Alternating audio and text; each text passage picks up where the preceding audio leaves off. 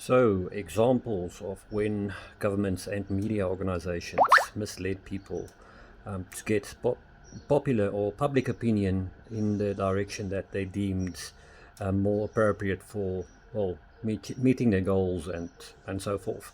There's quite a few in history. Immediately, people will jump to Second World War. Yes, there's quite a few there, but there's a few others that no one actually really knows about. For example, there was a Spanish-American War. There was one. So Spain and America actually had a war, 1898 or around about there. There was actually an event at this stage that happened that pushed public opinion towards the majority of people being pro a war with Spain. Quite insane. There was actually a ship. Let me see. Grok actually assisted me quite a bit in getting some information in this regard. The event happened in Havana Harbor, Cuba. There was 260 crewmen on board a U.S. battleship that was stationed there. The media pushed the narrative that Spain was responsible for this explosion or the sinking of the ship. It was never proved, even up until this day, actually. It seems like it was a narrative that was just pushed by newspapers at the time to promote the idea of warfare with Spain. Now you can ask yourself, why am I getting into topics like this? I'll get to it, but hang around, stick with me. There's another great example, and this one was not about the Second World War. This was actually for the First World War. Another excellent example of propaganda being pushed by governments and media, usually media being used by government or organizations. Depends how you see it, I guess. How many of you know the Lusitania? This was a ship that traveled from New York, if I'm not mistaken, towards Britain, and usually just transported passengers. And it's a passenger ship. It looks similar to the Titanic. It's a RMS Lusitania. And this is a classic example of propaganda being pushed to obtain a certain result in terms of public opinion.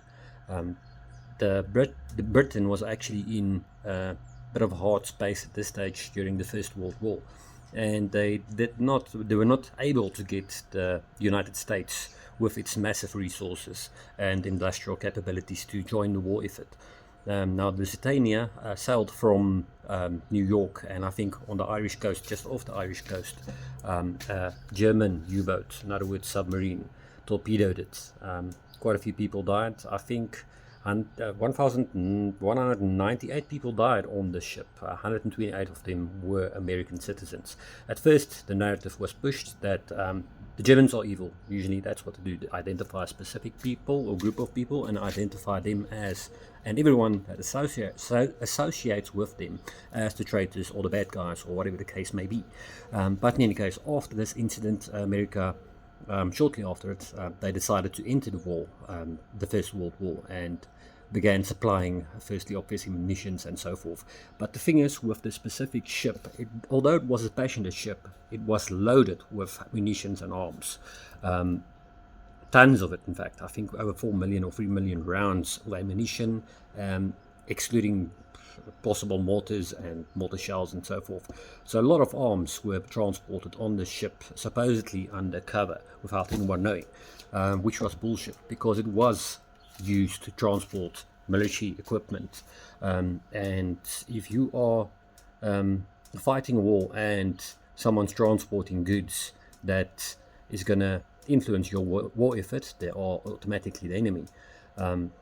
So the Germans knew this. I think they were probably had some spies, and information was probably leaked, because the sinking of the ship was more important to the Allied side, the UK and France at this stage, than actually getting those munitions to shore in France or Britain. So it was a setup, in my opinion. History actually proves it. It was meant to be sunken. Actually, before the ship actually sailed from the United States, people were warned. There were actually pamphlets printed. There's U-boats, German U-boats, along the sea route to Britain. So people that went onto the ship actually pretty much knew they were in for potential issues. But according to me, this was public knowledge. So the ship that sailed, the enemy knew it was sailing. In other words, the Germans. And this was going to happen. And the media, the way the media unraveled this, at first, obviously, they did not admit that there was arms or ammunitions on board. But there was a ton of it. Well, many tons of it, in fact. Many years afterwards, actually, people sent submarines or craft to this vessel, if I'm not mistaken. I can't remember the exact details around this. And it was discovered that it did carry lots of arms in terms of supplies for the Allied war effort. So, in fact, this was for the Allied side a great triumph, this ship, with their own civilians and American civilians getting it to the bottom of the ocean. They knew there would be German subs, and publishing these things on the media, all the newspapers. Obviously, there were spies in all these countries, and news would get out. So yeah, no surprise there. But there's countless such examples. Even, well, this was 1915, 1917, round about there, and the British were using propaganda way before this, even in the Boer War, 1998 to 1901, if I'm not mistaken. That's the duration of the war, 2-3 years, round about there. The local newspapers in Britain, they easily printed news like how the Boer people were backwards, and they were the enemy because they are evil, and everyone that associated with them were evil. So propaganda has been going on for ages and ages, for many hundreds of years, probably even thousands, I guess. Just the thing is that changed over the last couple of 100 years. Information is more accessible to public, so having public opinion or pushing public narratives is way more important than it used to be.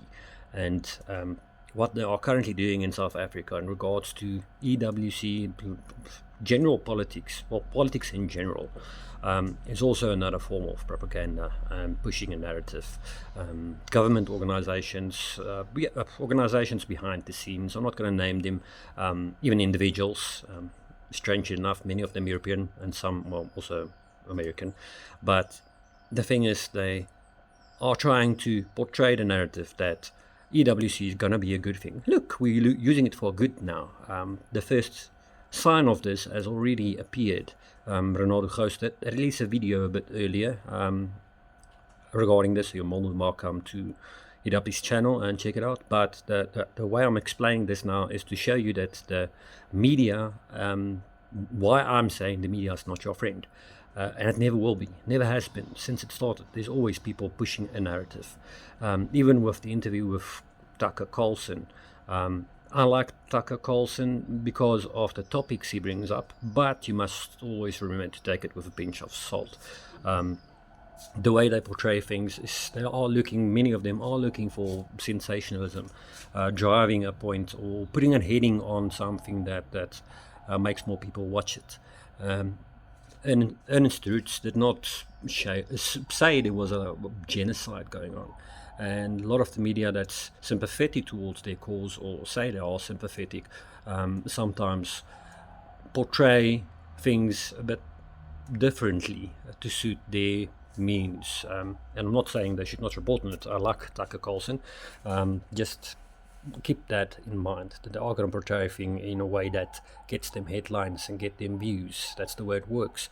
But getting back to EWC, President Cyril Ramaphosa did say that they are going to implement EWC very quickly. And they are starting with Joburg, CBDs, Central Business District buildings. In other words, where there is illegal people living illegally in those buildings, they are going to expropriate those buildings. Now you might say, okay, yeah, but those buildings are RICS. Maybe it's not a bad idea getting all the undesirable people out of there. You see, getting that place cleaned up, yes, plus point. But now they're pushing the narrative that EWC is a good thing. and that's how they're using this now, especially with that summit they have going in Joburg. They complained about how Joburg is so dirty and filthy and not up to standard, forgetting that they're the ones ruling that specific municipality. Same in Tshwane, or more or less the same. But yeah, just think about that when you watch the news, News 24, IOL, all these media outlets. Don't forget SABC. There's numerous amount of them. Once again, just a reminder why you should not trust the local news stations on TV and IOL and News 24s and so forth. If that's where you get your news from, think back to events in history where media and government used a specific platform to push a narrative, to get into a war. British were expert at getting their way by pushing narratives, same as our government's doing now. So don't let this blindside you. Don't look at the narrative that they are pushing currently. Look at alternative news forms, but with an open mind and use your judgment. And hopefully you've got sane judgment. So it's just a little bit of information I would like to give through to you, but it's something to keep in mind. And that's why I say history is important and people don't seem to recognize this, and I think it's vital that we do. But yeah, more than welcome to give me a like if you like this type of content, and yeah, subscribe please. Thank you so much. Enjoy your day.